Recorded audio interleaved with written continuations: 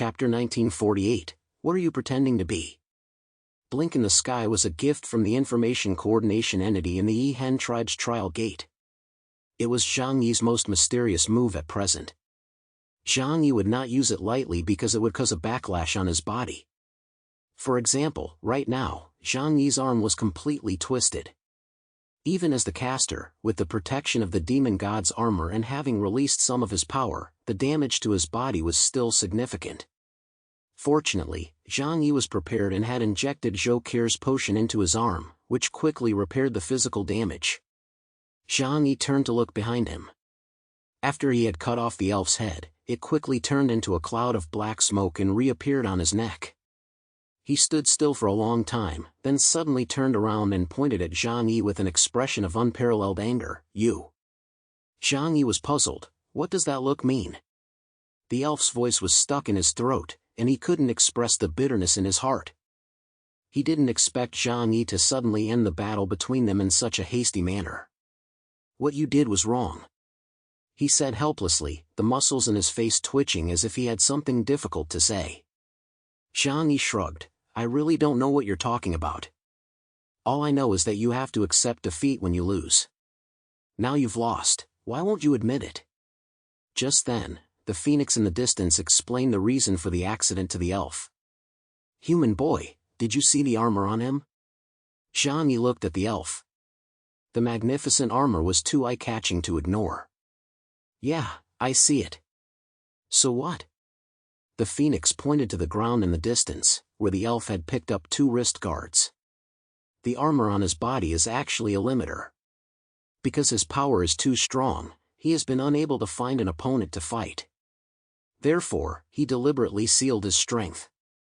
Whenever he encounters an opponent, he removes the seals on his body one by one according to the opponent's strength. Although his face was expressionless, there was a hint of amusement in his eyes. He just removed 2 restrictors, but he didn't expect to be finished off by your fatal blow. Do you think he's willing to accept that? Zhang Yi finally realized what was going on. It looks like I guessed right. He had indeed considered this possibility, because every time the elf removed a wrist guard, his strength would increase significantly. However, out of caution, he didn't fully trust this guess. After all, how could there be such a boring person in this world? But, well, today he had finally met one. Shut up. The elf roared angrily at the phoenix. But it was clear that the phoenix was telling the truth. His arrogance had caused him to lose the battle with Zhang Yi, and he was truly unwilling to accept it, but his pride would not allow him to deny it. The elf stared intently at Zhang Yi, grinding his teeth and making a clacking sound. I really underestimated you. You have quite a few tricks up your sleeve. Zhang Yi said, well, I guess I won this battle, right? The elf's teeth ground even louder. You're cunning. You're clever, but not strong. He admitted that he lost this battle, but not because of his strength, but because his opponent was too crafty. However, he took a deep breath and stared at Zhang Yi. You are indeed an interesting guy. Maybe you really have the potential to accomplish what we failed to do. Zhang Yi looked at the elf, then glanced at the other lost souls in the distance. There were still a few lost souls who hadn't entered the arena, so he couldn't help but ask, so I want to know, can I leave now? Also, how do I get out of this damn place? The elf's next words made Zhang Yi frown. The elf said, if we knew how to get out, would we still be here drinking endless wine? What does that mean? Zhang Yi sensed that something was wrong. Didn't that mean that this battle was meaningless? However, now that they had passed them, all they had to do was find a way out. If he had enough time, he believed he could find a way out. At worst, he could try connecting to the ether again and ask Ling for a way to leave this place. Zhang Yi looked at the other souls and said, is anyone else going to continue fighting me? If not, I'm leaving. There was a moment of silence. Everyone stared at Zhang Yi. In an instant, their faces became expressionless and dark, as if they had suddenly turned into ghosts come to claim their lives. Zhang Yi felt a chill run down his back, and a bone-chilling aura spread from all directions, as if the night had completely enveloped the place. He looked at the elf next to him and found that the elf's face had also changed. Its eyes were pitch black with no light, and it was emitting black energy as it stared silently at him. The night swept in from the distant end of the earth. Zhang Yi stood in the middle of the road of death, and in an instant, everything around him was completely enveloped in darkness. In the haze, he could still see the tavern on the side of the road emitting a ghostly green light, as well as the souls standing in the shadows. They were staring intently at Zhang Yi.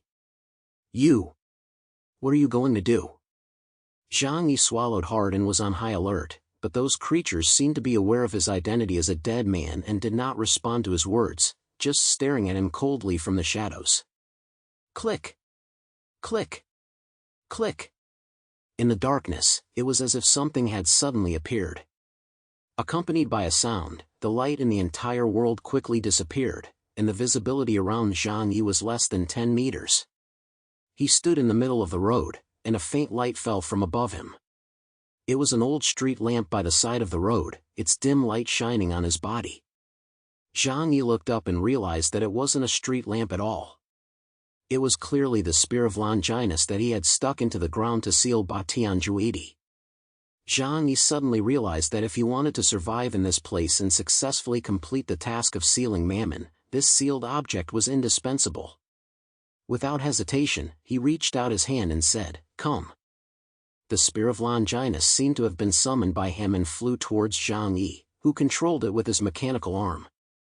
With the huge spear of Longinus in his hand, the fear in Zhang Yi's heart disappeared a little. However, in the endless darkness, he couldn't see anything, only ghostly figures wandering around with pairs of scarlet eyes flashing, making it difficult to remain calm. Chapter 1949, Dragon Corpse. The unknown brings great fear. Zhang Yi no longer held back. "Deng Shintong!" He shouted, and the shadow on his body opened a door, and Deng Shintong appeared from the shadow, holding the heavenly Dao star. The dazzling light pierced the darkness, and although it was severely compressed, it allowed Zhang Yi's vision to no longer be so limited. Almost all of the combat members came out from the shadows and followed Zhang Yi, preparing to fight the unknown enemy. At this moment, Zhang Yi finally saw what had brought the darkness. The tavern had floated up at some point, flickering with a green light, and beneath it, a long, huge body was exposed. The body was composed of countless rotting corpses and white bones, hundreds of meters long, and surrounded by a terrifying death aura. The souls of all the people Zhang Yi had seen before were now attached to this long, composite corpse. Zhang Yi glanced at it and saw at least 1,000 corpses. Batianjuedi, the phoenix, the ghost-faced nun, and even Odibio's relatively fresh corpse appeared on top of this composite body. The terrifying pressure made Zhang Yi suddenly realize what it was. It was Mammon's illusory clone, the Lord of the Netherworld. The Lord of the Netherworld guarding the Road of Death was called the Corpse Dragon. It controlled the souls of the dead, collecting all the souls and corpses of the powerful who had died in the demon's eye. It had formed a monster with terrifying fighting power that could not be killed. Kangda stood beside Zhang Yi, his mouth wide open, his face full of fear as he said, So many powerful people have died. How are we going to fight?" What Zhang Yi had seen before was less than 1% of those souls. What's more, they were immortal and indestructible, making it impossible to defeat them with conventional means. Although Zhang Yi had defeated most of the souls, he had also directly brought out the true ruler of this world, the Corpse Dragon. Gaga gaga. Hee hee hee. Kakik. All kinds of strange laughter came from the sky, and a huge corpse dragon circled in midair, completely enveloped by a huge cloud of death energy. It was difficult to imagine how powerful this monster was. The huge sense of oppression made everyone's expression solemn.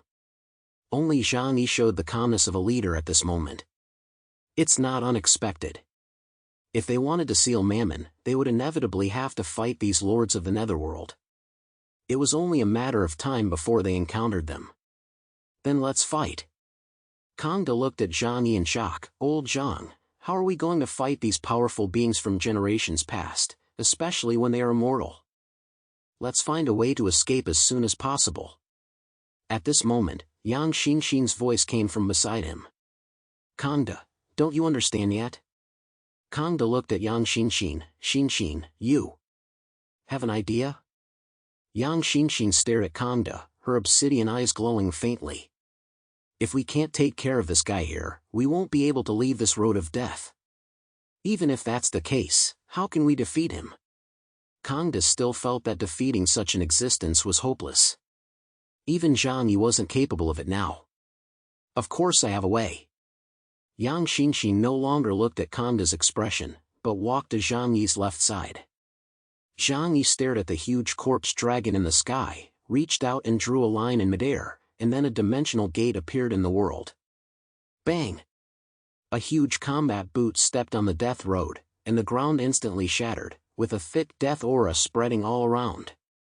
When he saw clearly what had been released, Kangda's pupils suddenly contracted, and the others also subconsciously took a few steps back.